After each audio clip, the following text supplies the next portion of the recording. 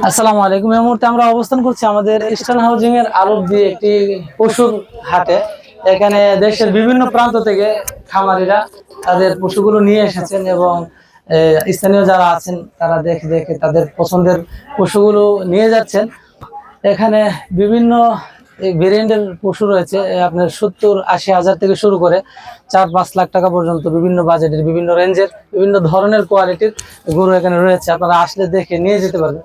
তো এখানে সবচেয়ে বড় যে মৌলিক একটা বিষয় দেখেন, সূরা হজের 27 নম্বর আয়াতে বলা হয়েছে লা ইয়ানালাল্লাহু লুহুমুহা ওয়ালা দিমাউহা ওয়ালাকিন ইয়ানালুহু তাকওয়া মিনকুম, যে আমরা অনেক টাকা খরচ করে কুরবানি করে থাকি।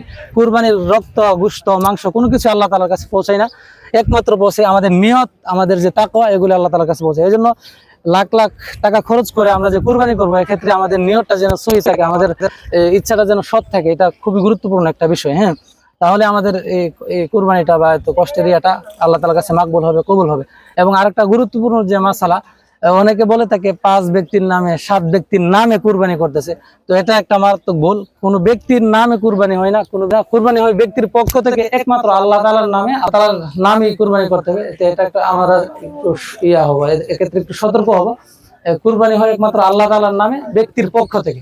তো সবাই অনেক ভালো থাকবেন, আমাদের এই ইয়াতে আসবেন, এসে দেখে আপনার পছন্দের পশুটি নিয়ে যাবেন এবং কুরবানি করবেন।